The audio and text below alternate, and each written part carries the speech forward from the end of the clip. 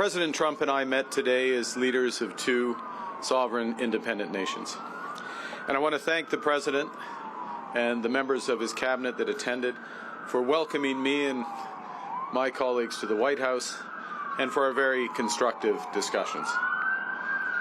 I conveyed to the President today what our countries have long proven to be true, that Canada and the United States are stronger when we work together. We can get a better deal for our workers. We can create more opportunities for our businesses. We can build stronger economies across North America when we work together. And really today marked the end of the beginning of a process of the United States and Canada redefining that relationship of working together. The question is how we will cooperate in the future, how we can build an economic and security relationship built on mutual respect, built on common interests, and that delivers transformational benefits to our economies. We had what I would describe as wide-ranging and, as I said a moment ago, very constructive discussions. We agreed to have further conversations in the coming weeks, and we are looking forward to meeting in person at the G7 summit in Kananaskis in Alberta. Now, while that's going on, in Canada, we will focus on what we can control.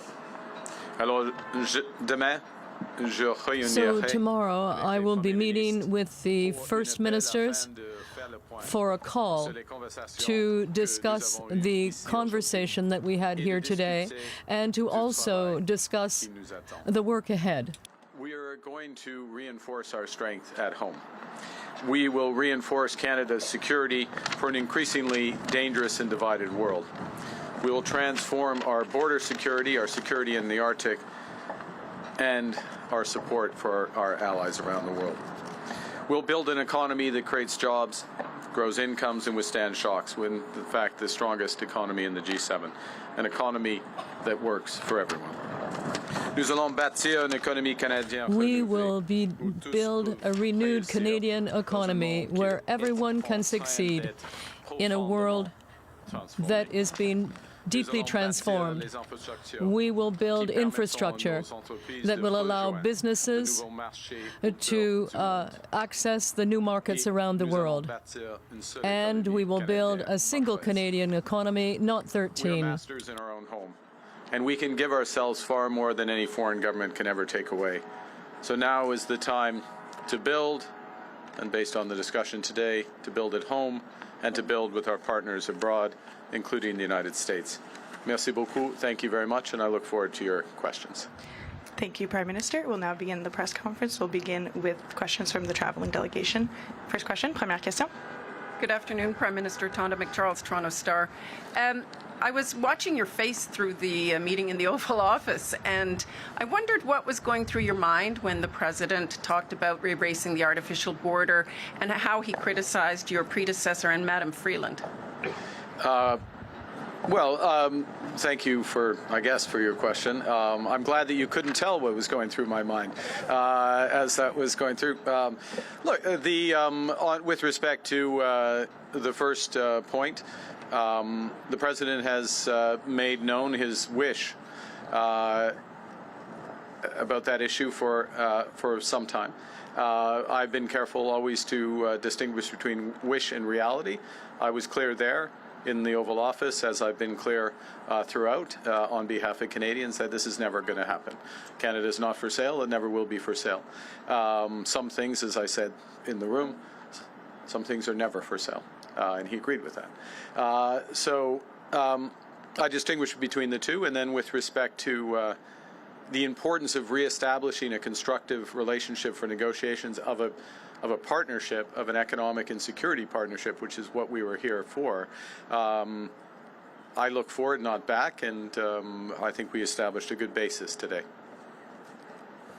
What gives you specifically any indication that the President is willing to renegotiate a new trade deal with you and drop tariffs?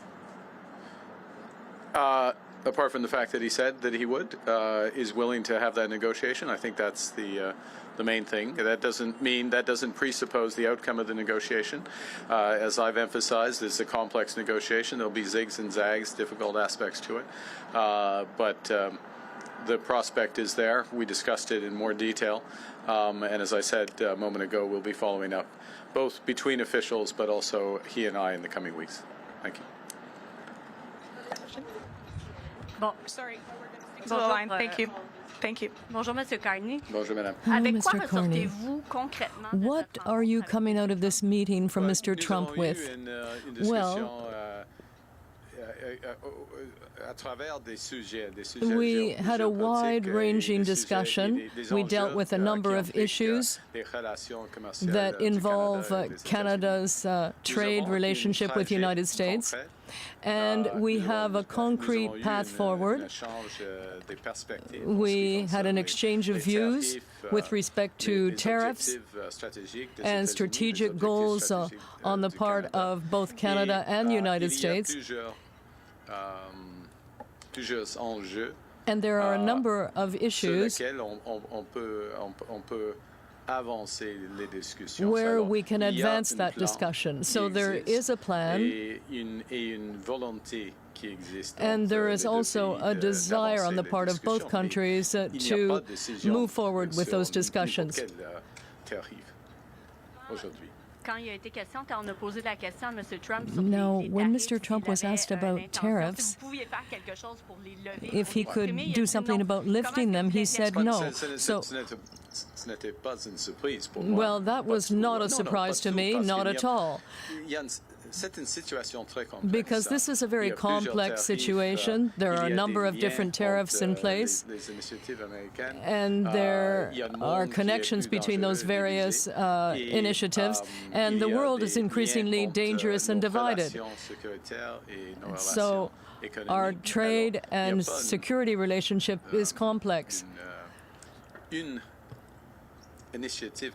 There is not a single Canadian initiative that can change that situation, and that's why there needs to be comprehensive discussions. Il faut s'attendre encore à ce que plusieurs mois, dans les prochains mois, ça reste Oh, I guess we can expect several more months of tariffs? Well, we'll see. We'll see. We'll see how long it will take. Prochaine question. C'est pas nécessairement comme ça. Not necessarily, as you say. Minister, Joanna Smith from The Logic. At one point during the meeting in the Oval Office, the President, when talking about the tariffs and talking about a deal, also made very clear that when it comes to autos, his goal is to have car makers make them in the U.S. and for the tariffs to not make any economical sense to be made in Canada anymore. Do you anticipate lifting tariffs on autos at any point? And what did you tell him in the room about that topic? Well, we had discussion about all the major issues in the room, so to speak, in the lunch afterwards, including autos, and specifically, without going into the full details, the strategic position of the North American auto industry, or more specifically, the Canadian-U.S. auto industry, versus foreign competition, including from Asia, and how that could be enhanced. I and the Canadian government, and I would say the Canadian auto industry, I would actually say the auto industry as a whole, is of the view that Canadian auto workers, Canadian auto companies, Canadian parts companies, Canadian steel, Canadian aluminum, all play an important role in enhancing the competitiveness of American auto companies. So we will continue to press that case and look for an arrangement that takes full advantage of it for the benefit of the United States, but of course, from our perspective, very much for the benefit of Canada. And what did he ask you about China in your closed-door meetings, and what did you tell him? That's why they're closed door. Well, yeah. Next question. We had a wide-ranging discussion. Next question. Prochaine question. Bonjour, Monsieur Carney. Michel Hello, Sabat, la Mr. presse canadienne. Je vais Carney, essayer de the faire du presse chemin sur, canadienne. la question I'm de going ma to collègue try to Mélanie, move forward un peu plus tôt. with relation in relation to Melanie's question. Are you coming away from this meeting with anything tangible in terms of tariffs or trade? Well, as I said a few days ago, I was not expecting that there would be any white smoke, because these are negotiations, as I just said. They're very complex. There are a lot of different aspects to these negotiations, but we did make progress. We had very comprehensive, tangible exchanges of views, and there will be additional meetings between ministers and officials, and also between the President and myself through various calls, and in Alberta in the middle of June. So we have made progress. But as is always the case with trade negotiations, any trade negotiations, there is a process and then the end. And not necessarily apparent progress during the process. That's the nature of negotiations. I mean, to summarize, look, in a negotiation, you don't get like little elements of it. You get an end to a negotiation. We're having a very complex negotiation about a wide range of issues, and it's, as I said before I came here, I wouldn't have expected white smoke coming out of this meeting. That was not my expectation, that because of the nature of the negotiation. So you don't expect to have specific progress as things move along, even when you're making progress, because it's a global. That's why it's a global negotiation. Parlant de l'Alberta, que pensez-vous In de relation l'idée to de Alberta, Daniel Smith what do you think d'encourager of Daniel la Smith's tenue idea about holding a referendum on Alberta's sovereignty? Well, Canada is stronger when we all work together as Canadians, and I'm an Albertan. I deeply believe in Canada, and one may have questions about this, but my answer is clear. Canada is stronger when we work together. As an Albertan, I firmly believe that. You can always ask a question, but I know what I would respond clearly. Prochaine question. Next question. Bonjour, Monsieur Carney. Olivier Hello, Ferrand-Boissé de Mr. TVA. Carney, Est-ce que TVA. Monsieur Trump vous a convaincu qu'il Did voulait Mr. bel et bien Trump renégocier convince l'accord you de that he libre-échange does parce que want to ça semblait pas clair renegotiate dans le the bureau free ovale? trade agreement? Because it didn't seem clear in the Oval Office. Yes, it was clear. Well, it's clear. Well, we began the renegotiation of our trading relationship today, including NAFTA. You've said a number of times that, in your opinion, Mr. Trump wanted to break us in order to own us. Is that still your reading of his intentions after today's meeting? Well, we are strong. Canada is becoming stronger and stronger day after day, week after week, with the new government in place. So I think he'll be disappointed. Next question. Good afternoon, Prime Minister. JP Tasker, CBC News. How are you? Hi, I'm well, thank you, JP. Good. How are you? I'm good. Good. Do you feel better or worse about Canada-U.S. relations after meeting with the President today? It was a very constructive meeting. I feel better about the relations in the sense of, in many respects, one, the posture, if I can put it that way, or the positioning the President took towards us. Secondly, the breadth of discussion and how concrete the discussions were. These are the discussions you have when you're looking to find solutions, as opposed to laying down terms, if you will. So feel better about that. And I would add one other thing, which maybe isn't as obvious, so I should say it, which is that we also discussed a number of issues globally, geostrategically, if I can put it that way, where we have common interests, common concerns, and that, of course, is a sign of a broader and very healthy, or a healthy relationship. Look, we have, JP, we have a lot more work to do. I'm not trying to suggest at any respect that we can have one meeting and everything's changed, but now we are engaged and very fully engaged. Good afternoon, Prime Minister. Ashley Burke, CBC News. What specifically did you say to President Trump about lifting tariffs on Canada? And based on your conversations, what do you think it would take to get those tariffs lifted, and how long could it take? Well, I can't answer the second part of your question because we don't make that decision. But certainly press the case in a number of areas where we think the tariffs should be lifted. And specifically, I'll give an example with respect to the scourge of fentanyl and the efforts, the considerable efforts that have been made at our border and behind the border in terms of raids as well. Huge investments in border personnel, in drone surveillance, Black Hawk surveillance, and then those are being reinforced, as you would have seen during the campaign, commitments to another 2,000, in effect, 1,000 border guards through CBSA, another 1,000 RCMP, further efforts there. And what we're seeing is huge results for this. Canada's contribution to this problem, cross-border problem, was always very small, but it's down by over 90% with the efforts. And it is an absolute focus of the government. So that is an example of where we would see the case being very strong for the tariffs to be removed. We've made that case. We'll see where that goes. In other areas, the tariffs are, in our view, not in the interests of American competitiveness and jobs. We have more work to do on making those cases on that. Thank you. Pardon?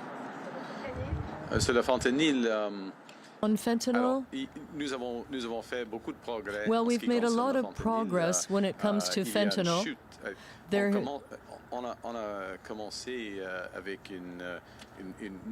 We started with a very low level compared to Mexico, less than 1%, but we've seen a dramatic drop in the amount of fentanyl that is crossing the border. It's 0.1% now.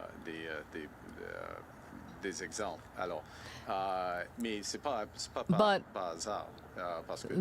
that's not by accident. It's because we invested a great deal in the security of our border, and my government will be investing 20% more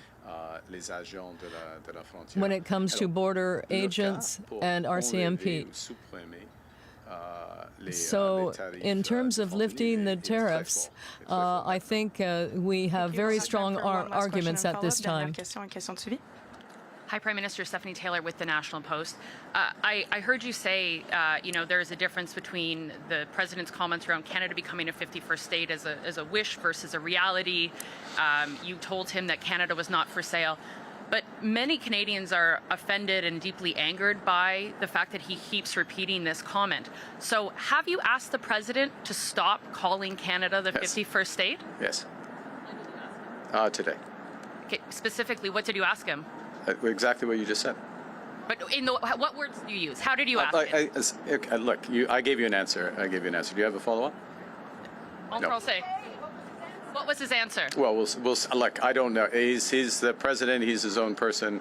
I would go back to showing the difference between a wish and a reality. We're very clear. I've been very clear publicly, consistently. I've been very clear in private. I was clear again in the Oval Office. Would be clear throughout. The president. He understands that we're having a negotiation between sovereign nations, and that we will only pursue and accept a deal that's in the best interests of Canada, not just in the short term, but in the medium and long term for Canada. J'ai dit, c'est pas utile de répéter cette idée. I said it's not useful for you to be repeating that idea. I said that to him, but he's the president. And he will say whatever he wants to say. But there's a big difference between a desire and reality. This will be the last question. Sorry, just last question. Okay. Steph didn't take a follow-up. So last question, please. Thank you. This is Paul Munger from the Wall Street Journal. Given what's happened with the USMCA and the tariffs that Canada is facing, how do you trust that the U.S. right now is negotiating in good faith, and how do you trust any deal you sign with them? We'll make that determination over the course of the negotiations. I mean, that's the bottom line on that. It's a process. You see, and I would emphasize the following, which is that we have been in the process, as most would know, of an election, and so this is the point at which a serious discussion begins. And so we had the President, at his invitation, I'm here, he welcomed us. We had a very substantive, wide-ranging discussion with the President, but in the presence of the Vice President, the Secretary of Commerce, the Secretary of Foreign Affairs, and beyond, his Chief of Staff as well. Now I'm in trouble, Stephen Miller. I think that covers it. That covers it? I hope so. And we have some very specific things to follow up on and build out from that. And in any negotiation, then you make a determination based on that. It also, part of what you make a determination based on is, are the incentives aligned in the agreement that you get? And I think the lesson would be of this experience is to ensure that the incentives are aligned and durably so between the two countries, and that is a way that agreements are self-reinforcing. Thank you very much. Prime Minister.